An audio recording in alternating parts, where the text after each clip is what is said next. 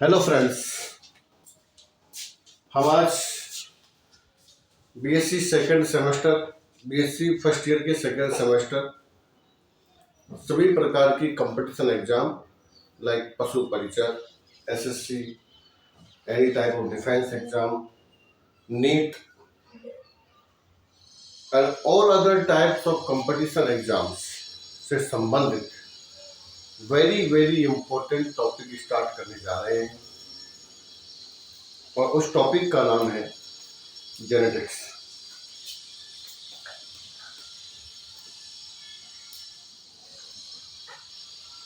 Genetics Hindi में कहेंगे इसको आनुवंशिक।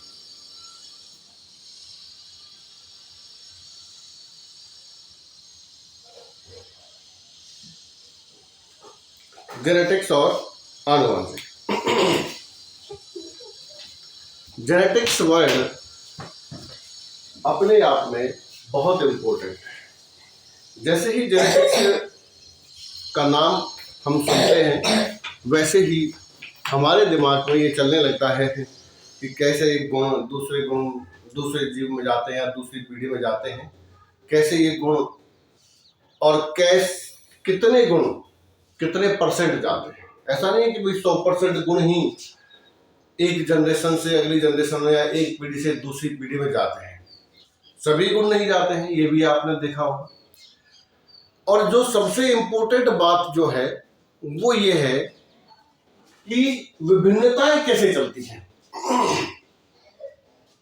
जो सबसे इम्पोर्टेंट जो टॉपिक है वो विभिन्नताएं कैसे चलती है और हम सभी एक दूसरे से भिन्न क्यों हैं।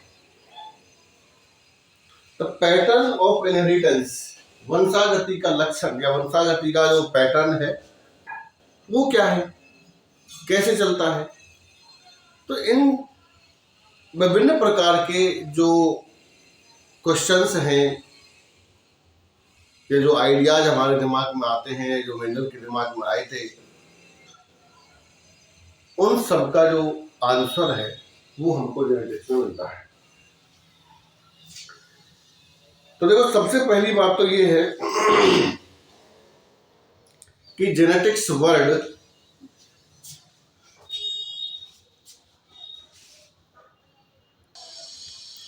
तो first of all genetics word given by William Bateson. सबसे पहला क्वेश्चन जो कई इंपोर्टेंट एग्जाम्स में आता है वो यही है कि आनुवंशिकी जो वर्ड है वो किसने दिया। देखो, आनुवंशिकी वर्ड किसने दिया और आनुवंशिकी के जनक कौन है, ये दोनों अलग अलग क्वेश्चन है। आपको वहां समझना है कि वो पूछ क्या रहा है। अगर वो पूछता है कि जेनेटिक्स वर्ड किसने दिया, जेनेटिक्स शब्द किसने दिया, तब तो आंसर है अपना विलियम बेटसन। और अगर ये पूछता है कि फादर ऑफ जेनेटिक्स कौन है, तब हमारा आंसर होता है, वो सभी जानते हैं, ग्रेगर जॉन मेंडल। ठीक है, दो क्वेश्चन आपके यहां पर क्लियर होते हैं। पहला क्वेश्चन कि जेनेटिक्स वर्ड किसने दिया, विलियम बेटसन ने। दूसरा क्वेश्चन, जेनेटिक्स के जो फादर हैं, जेनेटिक्स यानी आनुवंशिकी के जनक मेंडल को माना जाता है, ये हम सभी जानते हैं। अब बेसिकली बात ये है कि जेनेटिक्स में हम करते क्या है।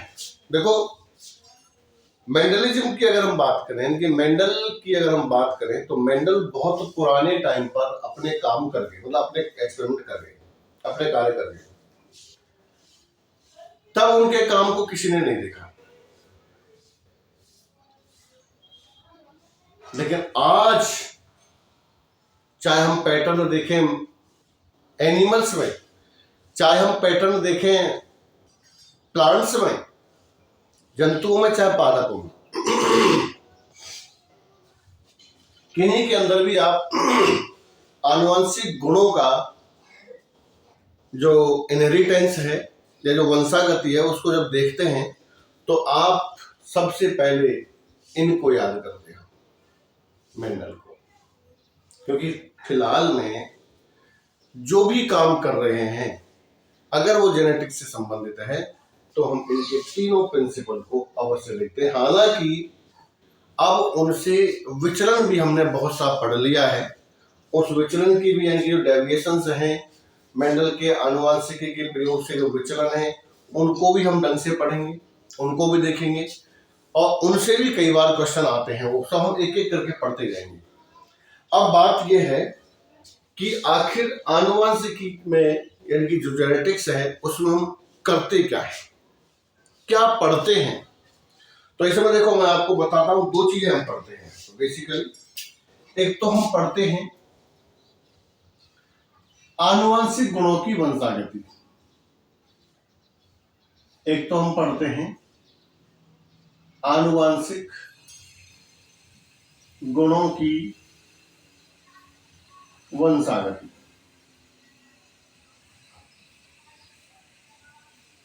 ठीक, यानी कि इनहेरिटेंस ऑफ कैरेक्टर्स। दूसरा हम पढ़ते हैं इवोल्यूशन, या हम कह सकते हैं भाई ओरिजिन ऑफ या विभिन्नताओं का अध्ययन।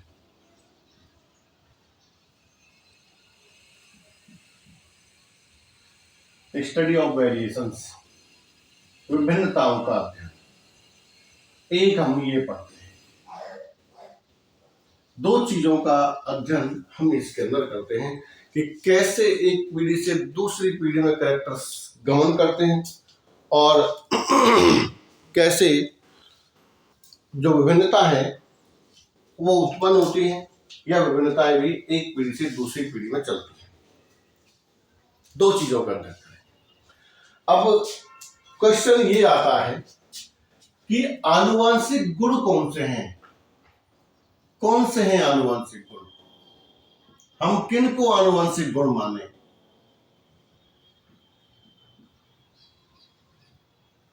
आनुवंशिक गुण कौन से हैं?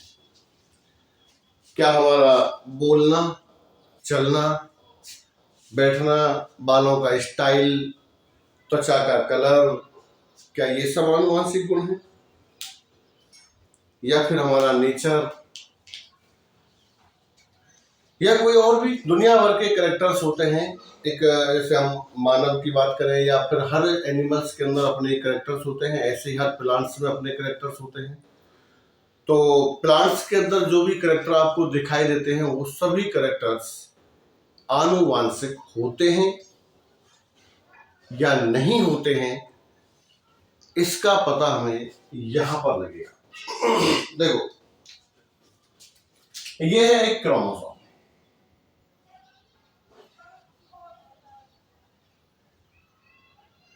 ये सेंट्रोमियर,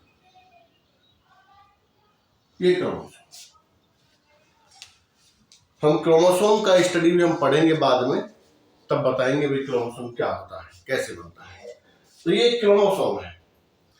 इस क्रोमोसोम की अगर हम बात करते हैं तो इस क्रोमोसोम पर देखो बेसिकली जो क्रोमोसोम है ये बना होता है हिस्टोन प्रोटीन,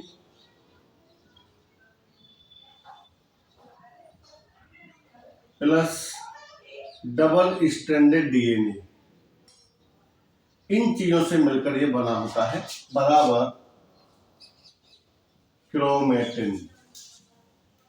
ये ध्यान रखना भाई, कई बार क्वेश्चन आ जाता है कि क्रोमेटिन किससे बना होता है। तो क्रोमेटिन बना होता है histone protein plus double stranded DNA से। अब देखो डीएनए इसके अंदर है और डीएनए बहुत ज्यादा गुथा हुआ है, कॉम्पैक्ट है।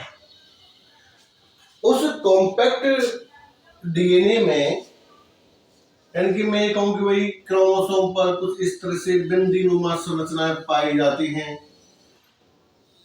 ठीक है, ये बिंदीनुमा संरचनाएं। और जब क्रोमोसोम अलग होता है, क्रोमोसोम अलग होता है, या एक सिंपल से भी हम बात करें तो हम जानते हैं कि लाइक मानव में 46 क्रोमोसोम है। अगर हम फीमेल की बात करते हैं तो फीमेल के अंदर 22 तो होते हैं ऑटोसोम्स, ऑटोसोम्स प्लस 22 जोड़ी, मतलब 22 पेयर्स, इनकी 44 कहें इनको, 22 जोड़ी का हो या 44 का हो। और XX 2 होते हैं ये लिंग क्रोमोसोम, या इनको हम कहते हैं सेक्स क्रोमोसोम। अगर हम मेल की बात करते हैं तो मेल के अंदर 22 जोड़ी तो होते हैं ऑटोसोम्स,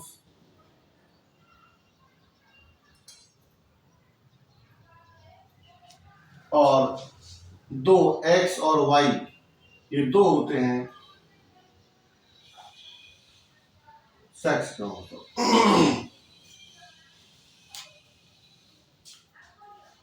मेल बनेगा, संतान मेल होगी या फीमेल होगी, ये डिपेंड करता है मेल पर, ना कि फीमेल पर। क्योंकि फीमेल के अंदर अगर हम देखें तो फीमेल में 22 प्लस XX होता है, दोनों समान, और मेल में 22 प्लस XY होता है, दोनों अलग अलग है। अगर ये 22 प्लस X और 22, ये 22 जोड़ी कह रहा हूँ, ध्यान रखना, ये 44 प्लस एक्सेस कर लीजिए, कंफ्यूजन होगा। 22 जोड़ी मतलब 44, इस तरह से। जब इनको हम अलग अलग करते हैं तो 22 प्लस X और दूसरा भी बनता है यहाँ पर 22 प्लस X, इस तरह से। यहाँ पर हम देखें तो ये बनेगा 22 प्लस X और एक बनेगा 22 प्लस Y। तो ये आप जानते हैं कि जो भी इस X और इसके साथ संयोजन करेगा वो होगा फीमेल, और जो इस X और इस Y से संयोजन करेगा वो होगा मेल। ठीक है, यानी कि कुल मिलाकर के बात ये है, अगर मेल का 22 प्लस X फीमेल के 22 प्लस X से संयोग करता है तो F यानी फीमेल प्राप्त होती है, यानी कि लड़की पैदा होती है। और अगर फीमेल का 22 प्लस X मेल के 22 प्लस Y से संयोग करता है तो लड़का पैदा होता है। कुल मिलाकर के बात यह है कि लड़के या लड़की का पैदा होना लड़की पर नहीं बल्कि लड़के के क्रोमोसोम संयोजन पर डिपेंड करता है। क्योंकि लड़की में तो दोनों, यानी कि फीमेल के अंदर दोनों ही 22 प्लस X होते हैं, जबकि यहाँ होता है, निर्धारित करने के लिए यहाँ होता है कि 22 प्लस X और 22 प्लस Y है। अगर ये 22 प्लस X इनके साथ संयोजन करता है तो फीमेल बनती है, इनकी लड़की होती है। और अगर ये 22 प्लस Y इनमें से किसी एक के साथ संयोजन करेगा तो 100% लड़का होगा। तो लड़की पर नहीं बल्कि लड़के पर डिपेंड करता है। अब बात ये आती है कि जब ये एक क्रोमोसोम है, इस क्रोमोसोम पर छोटे छोटे बिंदु पाए जाते हैं, इन बिंदुज को हम नाम देते हैं क्रोमोमियर्स। क्रोमोमियर्स और ये जो क्रोमोमियर्स हैं, ये क्रोमोमियर्स जीन के स्थान माने जाते हैं। हम जीन क्या होती है इसके बारे में डिटेल से जानने की कोशिश करेंगे, पूरा डीएनए भी इनका। अब जब और एक समझिए कि इसका जो दूसरा क्रोमोसोम है जोड़े का, मैंने कहा जोड़े में होते हैं, मतलब एक क्रोमोसोम जो है इस तरह से होता है, ऐसे।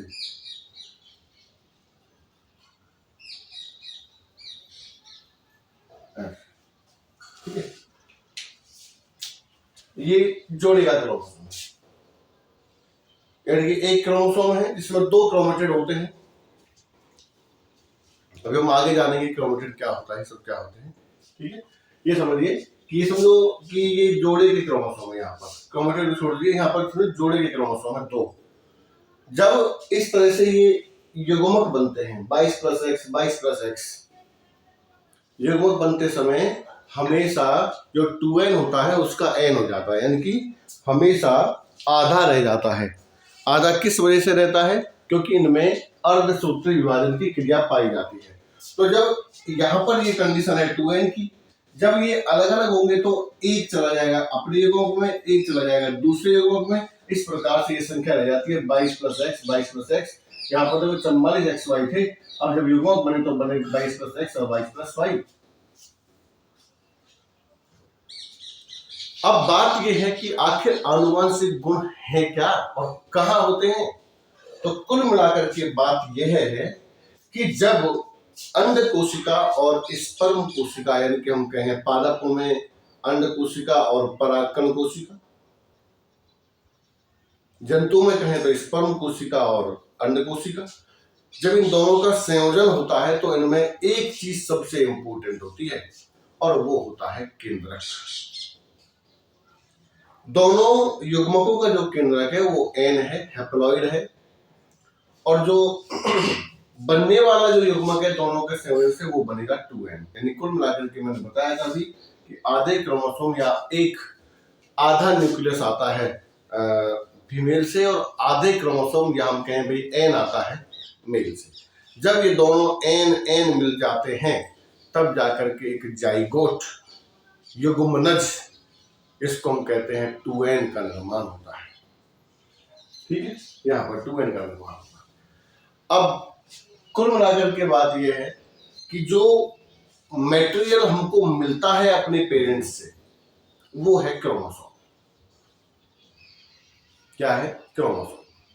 और क्रोमोसोम बना होता है histone protein plus double stranded DNA.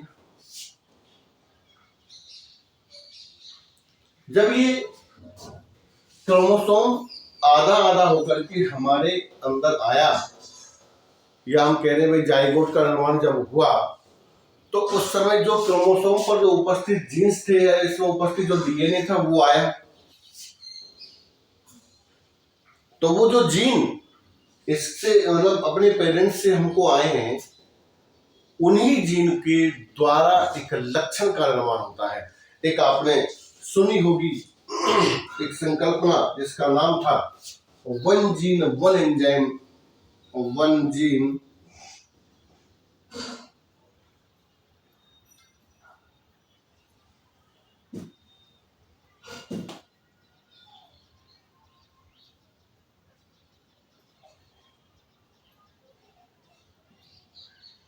Hypothesis, ये दी थी भाई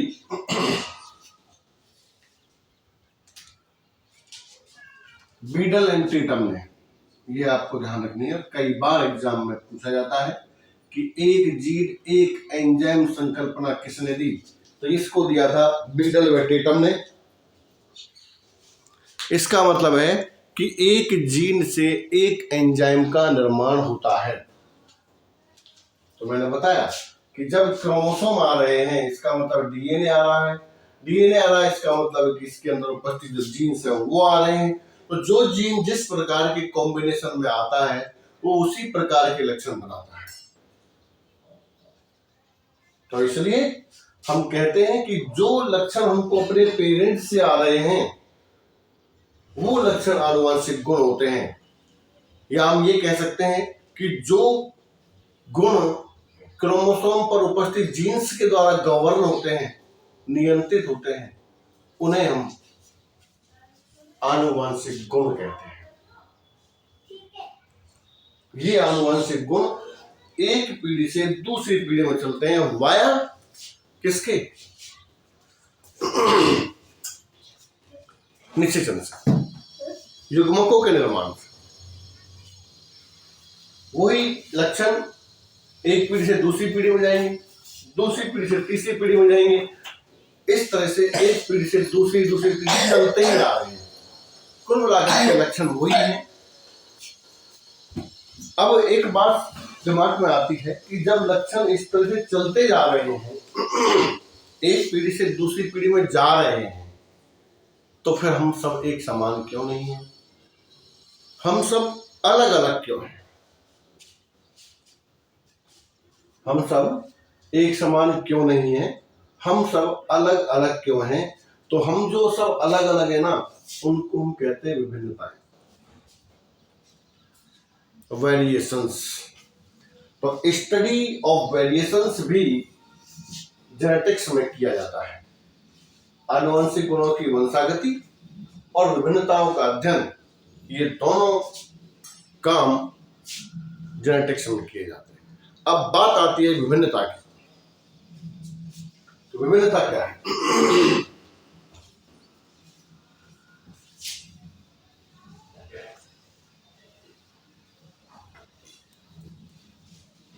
कोई भी जीव एक जैसा नहीं है, सब में डिफरेंस है, और जो डिफरेंस है ना वही विभिन्नता है, वेरिएशन। अब ये वेरिएशन हमको एक आइडेंटिफिकेशन प्रदान करती है। अगर ये विभिन्नता नहीं होती तो हम सब एक समान होते, तो फिर हमारी आइडेंटिटी कैसे होती, कैसे हमारे आधार कार्ड बनते, कैसे हम एक दूसरे से पहचाने जाते, हमारा जो नाम है क्या हम शक्ल सूरत हमारी सबकी समान होती, तो बहुत दिक्कत हो जाती।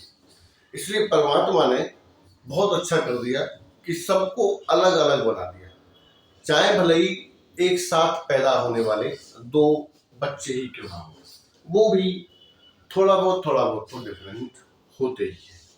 एक बात और समझ लीजिए कि ऐसे चाइल्ड यानी ऐसे बच्चे जो अलग अलग जाइगोट से पैदा होते हैं वो डिफरेंट भी होंगे और उनके डीएनए भी अलग अलग होंगे।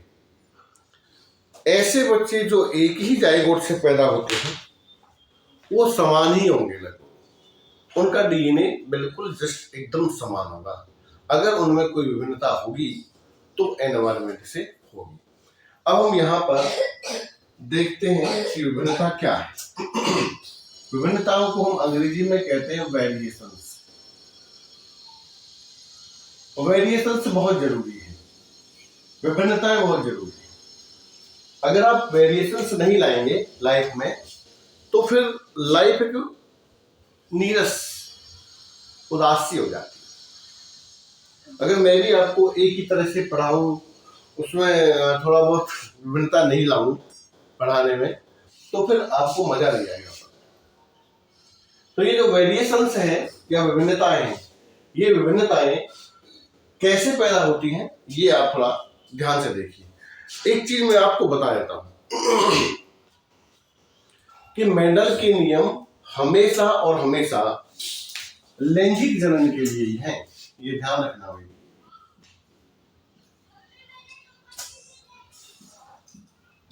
लैंगिक जनन पर ही काम करते हैं, अलैंगिक जनन पर और कायिक जनन पर बिल्कुल भी लागू नहीं होते हैं।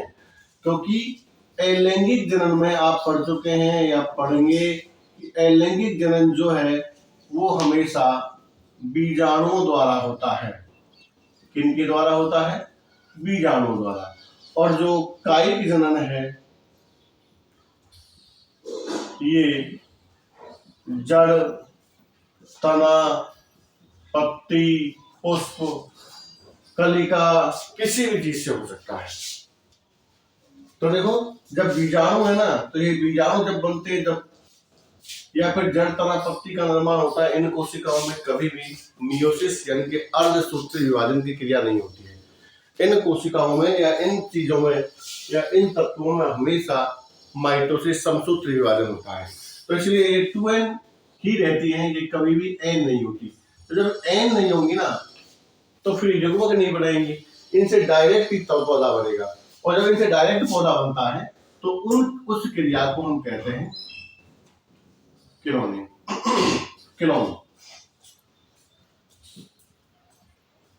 इनसे बनने वाला जो पौधा है वो इनके बिल्कुल समान होगा, विभिन्नता नहीं होगी। हम बात करेंगे यहाँ पर लैंगिक जनन की। मेंडल के नियम केवल और केवल लैंगिक जनन पर ही लागू होते हैं, ये ध्यान रखना, कभी भी कायिक पर और अलैंगिक जनन पर लागू नहीं होते हैं। अब बात यह है कि विभिन्नताएं आती कैसे हैं। देखिए विभिन्नताएं दो प्रकार की होती हैं।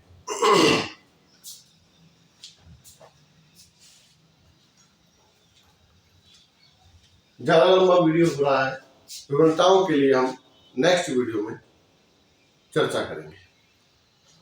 तब तक आप मेरा ये जो मैंने आज समझाया है इसे पढ़िए, समझिए, लाइक कीजिए, कमेंट कीजिए, शेयर कीजिए, सब्सक्राइब कीजिए। नेक्स्ट वीडियो में अब रोज क्लास आएंगी। आप अपने टॉपिक्स जो किसी भी कंपटीशन एग्जाम में आ रहे हैं और जो आपको दिक्कत दे रहा है उस टॉपिक को आप मुझे बताइए और मैं उस टॉपिक पर आसानी से आपको एक वीडियो बना के दूंगा जिसे आप आसानी से पढ़ सकते हैं। Thank you very much.